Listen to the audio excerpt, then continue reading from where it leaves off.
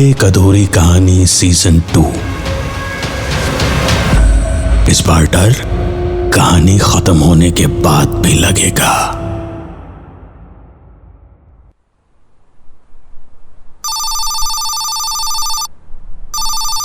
Hello hello आरती जी, मैं doctor Banerjee बोल रहा हूँ। आप लोग जल्दी हॉस्पिटल में आ जाइए।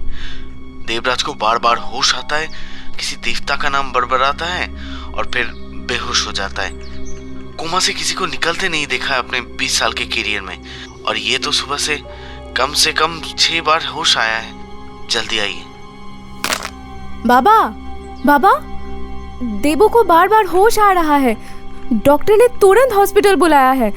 आप जल्दी तैयार होइए, मैं भी अभी चेंज करके आती हूँ। क्या? अच्छा। हे ठाकुर, मेरा बेटा घर लौट आए ठीक ठाक। आपकी पूजा करवाऊंगा।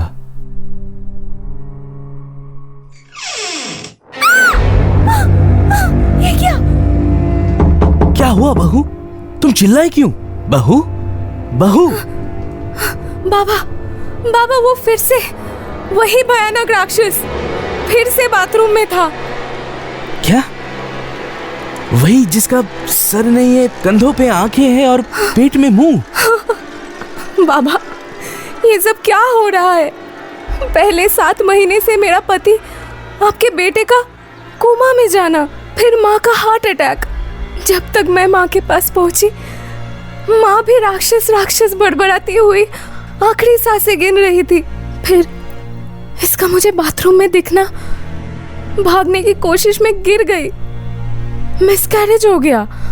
उसके बाद से पता नहीं कितनी बार पूरे घर में कहीं भी अचानक दिख जाता है। आपका भी फ्रैक्चर उसी की वजह से हुआ था बाबा। हम लोगों पे किसी ने कोई जादू टोना किया है बाबा। अच्छा खासा हंसता खेलता हमारा परिवार कैसे बिखर सा गया, और इस राक्षस के बारे में किसी को कुछ भी नहीं पता, इतने बड़े कोलकाता शहर में। तुम पहले चलो, हॉस्पिटल पहुंचना अभी ज्यादा जरूरी है। वो तो सिर्फ खड़ा रह के देखते रहते हैं। उसकी भयानक रूप की वजह से घबरा के हम लोग गिरते पड़ते हैं। क्या जैसे तुम्हारी सास के साथ हुआ, तुम्हारे और मेरे साथ भी हुआ।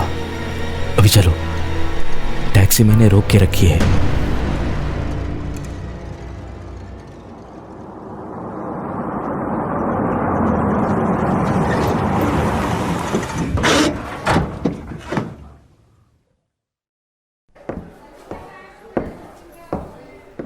आइए, बैठिए। हम लोग देबू को देख नहीं सकते क्या?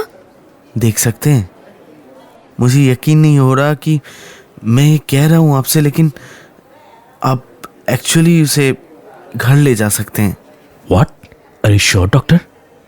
प्रॉब्लम ये है कि आई एम श्योर देवराज बिल्कुल ठीक है। इतने सालों में पहली बार मैंने किसी एक दिन में कोमा से बार बार निकलते देखा है, और फिर अचानक बिल्कुल चुस्त फुर्तीला होते देखा है, जैसे कुछ हुआ ही नहीं है। इनफैक्ट उसके एक्सीडेंट के सारे दाग भी गायब हैं।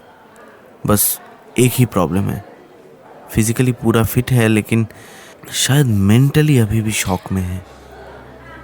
कुछ बोल नहीं रहा। मेडिकल केस से ज़्यादा किसी सुपरनैचुरल फिल्म की कहानी लग रही है।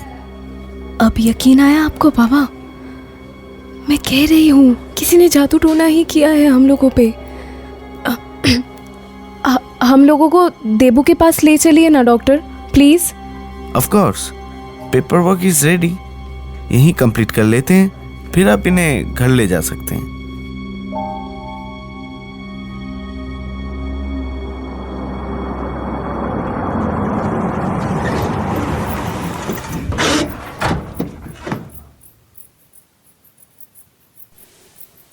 देबू बेटा, ऐसा क्या दिख रहा है? अरे ये तो तेरा ही घर है बेटा। आजा। ये आरती है, तेरी बीवी। चल अंदर चलते हैं बेटा। हाँ, आओ देबू, तुम यहाँ बाबा के साथ बैठो, मैं पानी लाती हूँ। बाबा, मैं थोड़ी चाय भी बना लेती हूँ। हाँ देबू, तुम चाय पियोगे? तुम्हारी फेवरेट मेरी बनाई हुई चाय। ठीक है, जब पीने का मन हो तो बताना। अभी तुम पानी पियो थोड़ा। हाँ बाबा, जरा सुनिए 1 मिनट। बाबा, ये कुछ ज्यादा ही अजीब नहीं लग रहा आपको? आपका बेटा है, मेरा पति है, लेकिन इसकी आंखों में तो प्यार की नरमी है ही नहीं। कैसे अजीब तरह से घूर रहा है सब कुछ। बेटा, तुम इसे पहले पानी पिलाओ, अभी अभी आया है। देखते हैं, कुछ तो करना पड़ेगा।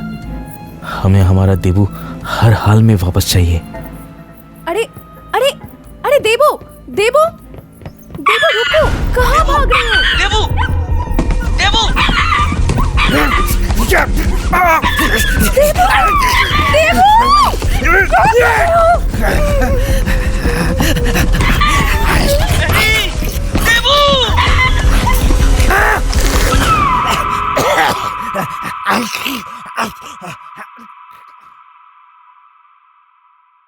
देबू, देबू, देबू बेटा, देबू, उठ बेटा, देबू, देबू, देबू, उठो देबू, देबू क्या हुआ तुमको?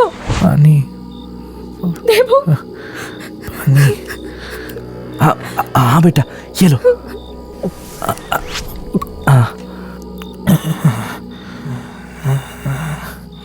बाबा, आरती, मैं यहाँ घर पे कैसे है बाबा? मैं तो पुरुलिया में था हाईवे प्रोजेक्ट के लिए। तुमको कुछ भी याद नहीं? अभी थोड़ी देर पहले तुमने जो किया। क्या किया मैंने? और ये अजीब सी बदबू क्यों आ रही है?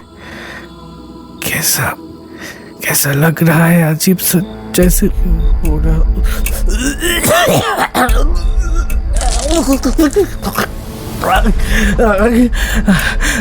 नहीं नहीं, बस आज देवता देवता देवता माफ कर दो देवता, माफ कर दो देवता देवता देवता माफ कर दो देवता।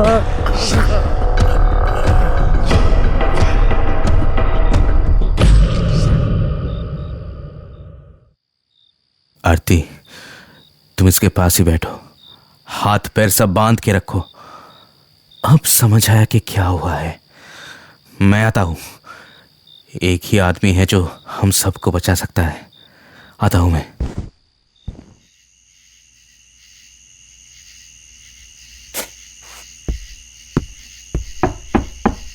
हरिनाथ, हरिनाथ, अरे डोमराज घर पे है क्या? कौन है? आवाज तो जानी पहचानी लग रही है। देखें। अरे घोष बाबू, आइए आइए। आज शमशान कैसे आना हुआ? सब जिंदा तो है ना? अंदर बैठने या बात करने का समय नहीं है मेरे पास हरिनाथ। जल्दी चलो, तुम ही मेरे बेटे को बचा सकते हो। तुम्हारी देवता की कोप दृष्टि पड़ गई है हमारे परिवार पे हरिनाथ। क्या? कैसे? उनके कोप से तो कोई बचा नहीं आज तक। उनका क्रोध बिना बलि के शांत नहीं होता। अच्छा ठीक है, आप चलिए, रास्ते में बताइएगा क्या हुआ।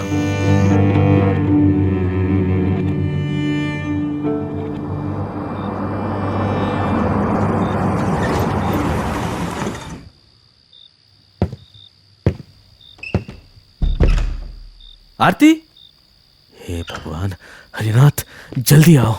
आरती, आरती, आरती, आरती, आरती, उठो उठो। हाँ हाँ हाँ, बाबा, बाबा मैं देबू को बांधने गई तो।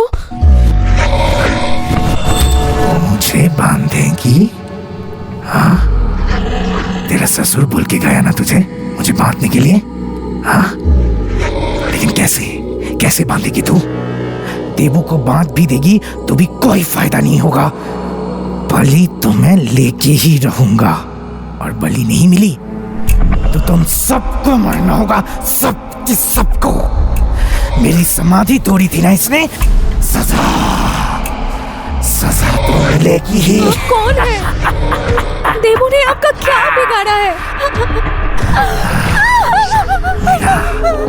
मेरा कैसे बिगाड़ेगा कुछ, लेकिन हाँ, अपमान किया मेरा, अपमान किया मेरे भक्तों का, उनकी भक्ति का, और अगर फल नहीं मिला तो कोई सम्मान नहीं करेगा।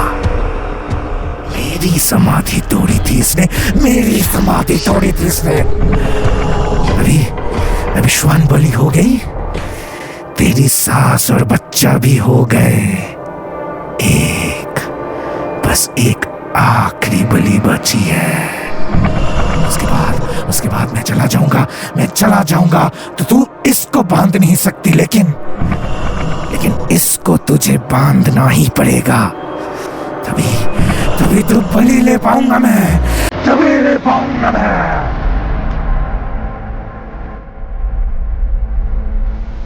घोष बाबू, देवों ने क्या किया था आपको कुछ पता है? हमारे देवता कभी भी बिना वजह किसी को इतनी बड़ी सजा नहीं देते। कुछ तो किया होगा आपके बेटे ने। सुनो, कोई देवता अगर इंसान को सजा देने पर उतर आए और फिर उसके घर वालों को अजन्मे बच्चे को मारने लगे तो वो मेरे हिसाब से देवता तो नहीं है। बाकी रही बात देवों के कुछ करने की, तो वो पुरुलिया गया था एक हाईवे प्रोजेक्ट में काम करने के लिए। वहीं एक्सीडेंट हुआ था और पिछले 7 महीने से वो कोमा में था। आज अचानक होश आया और तब से यही सब नाटक चल रहा है। बेहोश होने के पहले मकान के बाहर एक कुत्ते पे हमला करके उसे जिंदा खाने लगा था। पुरुलिया में भी बहुत लोगों से पूछा, लेकिन किसी ने कुछ नहीं बताया। सब ऐसे डरे हुए थे जैसे भूत देखा हो। चिंता मत कीजिए, मेरी अच्छी पहचान है वहां, मैं पता करता हूं। लेकिन आपके फोन से 1-2 फोन करने पड़ेंगे मुझे। तब तक आप देखिए देबू कहाँ है, बाकी मैं संभालता हूं। क्या नंबर था? हरिनाथ बोल रहा हूं। वहां 7 महीने पहले कोई हाईवे का काम करने इंजीनियर गया था, ये देवराज घोष नाम से। उसके बारे में कुछ पता है? हाँ, वही। ओह, अरे हे ईश्वर। ठीक है, बाद में करता हूं। खुश रहो। आरती, चलो, अभी यहां से बाहर निकलो। इस मकान के अंदर रुकना बिल्कुल ठीक नहीं, बाहर चलो मेरे साथ। लेकिन हुआ क्या किया था देवू ने वहां? इस चौखट के बाहर कदम रखो, फिर बताऊंगा।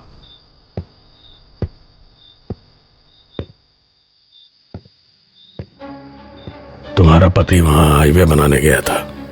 जहां हाईवे बनाना था उस रास्ते में एक समाधि थी। वहां के लोगों ने इसको मना किया था हटाने से।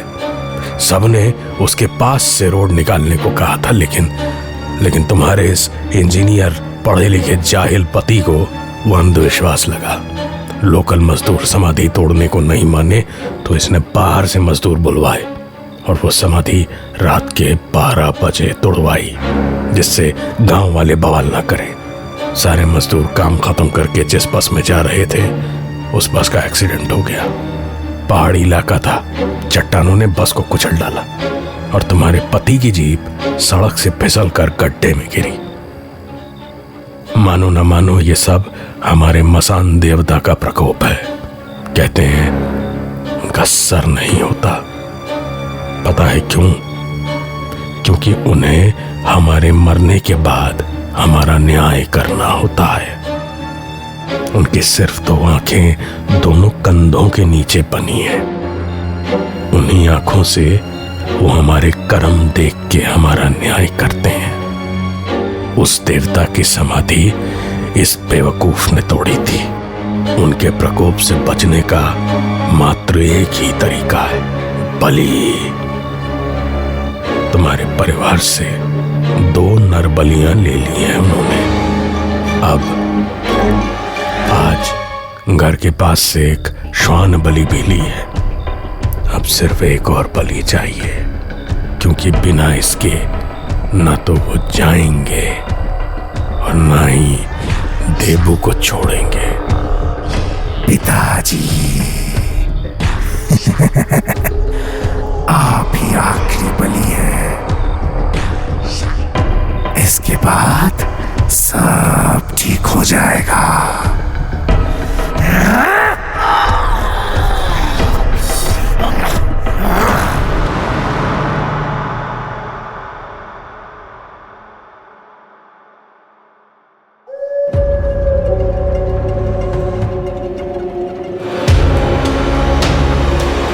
एक अधूरी कहानी सीजन 2।